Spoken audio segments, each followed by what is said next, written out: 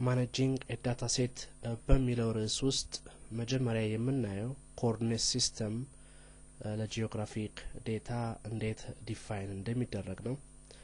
አንድ ጂኦግራፊክ ዴታ coordinate system ከሌለው በመድር ላይ የትኛውን አካባቢ እንደሚወክል ለማወቅ አይቻልም።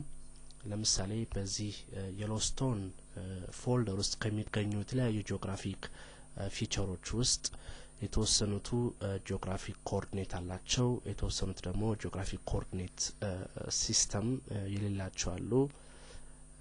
አንድ ጂኦግራፊክ ዴታ ኮኦርዲኔት ሲስተም እንዳለው ወይም እንደሌለው ለማወቅ የሚቻለው ላይ ክሊክ አድርጎ ሜታዳታ ታብ ውስጥ በመሄድ ስፔሻል ምትለውን ታብ በመክፈት coordinate system አለመኖሩ ማየት ይቻላል። ለምሳሌ እዚህ projected coordinate system እና geographic coordinate system አለው። bounding coordinateዎችንም ያሳየናል። ይህ coordinate system እንዳለው ያሳያል።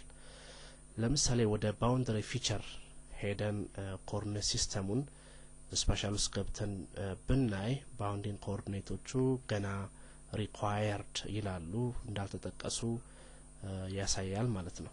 ስለዚህ አሁን ለboundary shape file coordinate system ከሌሎች ጂኦግራፊክ ዳታዎች ኢምፖርት ማድረግ እንችላለን። ምክንያቱም እነኚህ ጂኦግራፊክ ፊቸሮች በሙሉ በተመሳሳይ ስተዲ ኤሪያ ላይ ወይም በተመሳሳይ ጂኦግራፊካል ሎኬሽን ላይ የሚገኙ ስለሆነ የአንዱን ኮኦርዲኔት ሲስተም ለሌላኛው ኮኦርዲኔት ሲስተም ኢምፖርት ማድረግ ይቻላል።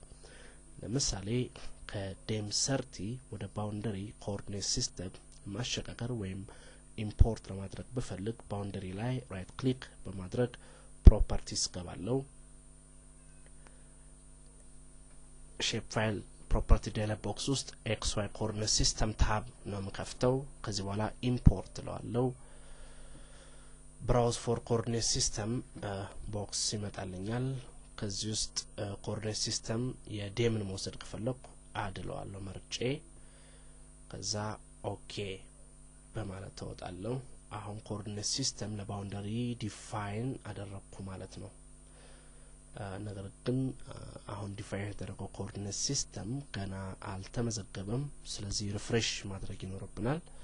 የሎስቶን ላይ ራይት ክሊክ አድርገን ሪፍሬሽ እንላለን። እንደገና ባውንደሪ ፊቸሩ ላይ ገብተን ስፔሻል ታብ ብንሄድ coordinate systemውን ከዴም 30 ኢምፖርት አድርጎ ዲፋይን የተደረገው coordinate system ለማየት እንችላለን ማለት ነው። ያ geographic coordinate system projected coordinate system binding coordinateንም ለዚህ ለባውንደሪ shape file ዲፋይን ይደረጋል ማለት ነው።